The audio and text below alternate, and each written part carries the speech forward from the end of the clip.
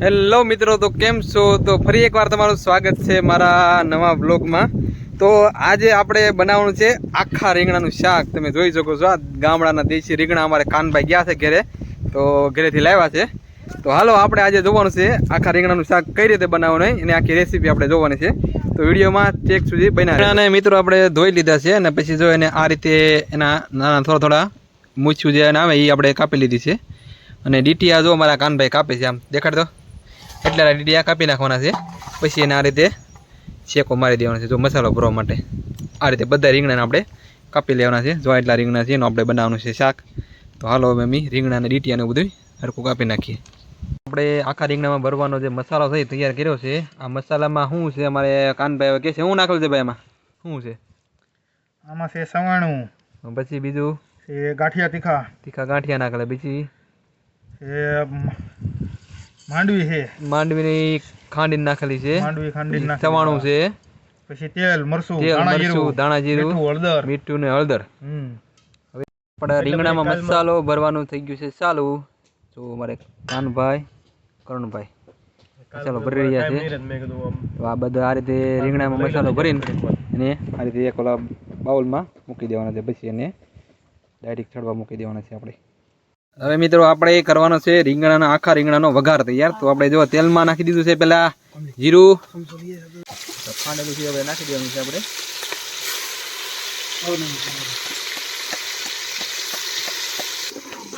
અને ઘડી ચડવા દઈને પછી આપણે હવે હલાવી લેવાનું છે સરખી રીતે. તો આ રીતે આપણે એને હરખું હલાવીને એકવાર રહેવા દેવાનું છે. આપણે આ પેસ્ટ ચડી ગઈ છે એટલે રીંગણા આપણે આ રીતે એક એક મૂકી દેવાના છે. જો આ રીતે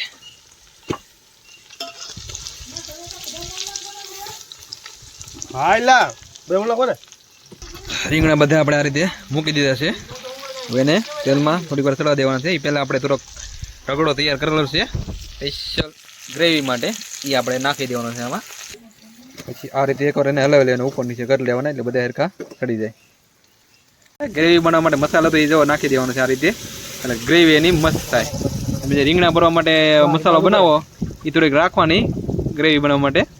એમ થોડુંક પાણી એડ કરીને પછી એને નાખી દેવાનું એટલે રહો તમારો મસ્ત થાય એક નંબર. ટમેટા આપણે કાપેલા છે પણ એને રીંગણા થોડીક વાર ચડી જાય પછી નિરાતે છે એટલે એન્ડમાં નાખવાનો હોય. નકર તમારા પહેલાં નાખ્યું ટમેટા તો એ તમારા રીંગણા હરખા સડવા ન દે, ગટર રહી જાય. ટમેટાને આપણે સેલાઈ નાખવાનું છે. હવે થોડીક વાર આને ઢાંકીને ચડવા દેવાના છે 10-15 મિનિટ માટે. હવે મિત્રો આપણે રીંગણા ચડી ગયા છે થોડો, તો આ મતલબ 50-60%. તો હવે આપણે નાખી દેવાના છે ટમેટા. હાલો ભાઈ ટમેટા એડ કરી દો. તો આપણે ટમેટા એમાં નાખી દેવાના છે એટલે ટમેટા હરખા ચડી જાય. ટમેટા હરખા ચડી જાય પછી આપણે શાકને હવે ઉતારી લેવાનું છે. આપણું 80-90% શાક તો આપણું પાકી ગયું છે. હવે એમાં આપણે આખી લહણની કળિયું નાખેલી છે, એ ખાવાની મજા આવે. પાછવાને થોડી વાર માટે ઢાંકી દેવાનું છે. તો તમે તો કલર તો પકડાવા માંડ્યો છે એકદમ મસ્ત એક નંબર. ફાઇનલી મિત્રો આપણું આખા રીંગણાનું શાક થઈને થઈ ગયું છે તૈયાર. જો તમે આવી ગયો ને એક નંબર કલર જો. બાકી આવી ગયું ને મોઢામાં પાણી બાકી. તો હવે અમને લાગી છે ભૂખ, તો હવે અમે ઝાપટે લઈએ.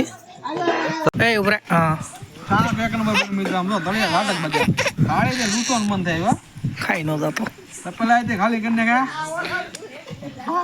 મને આમ તો થાળી ઝાટવાનું મન જાય એવું શાક બન્યું. બાકી રીંગણું તો દેખાતું ને, રીંગણા તો પૂરા થઈ જતો 2 વિદ્યાર્થીમાંથી એવું શાક બન્યું. તમારે ખાવું હોય તો અહીંયા ભાઈયાદર પધારવું પડે.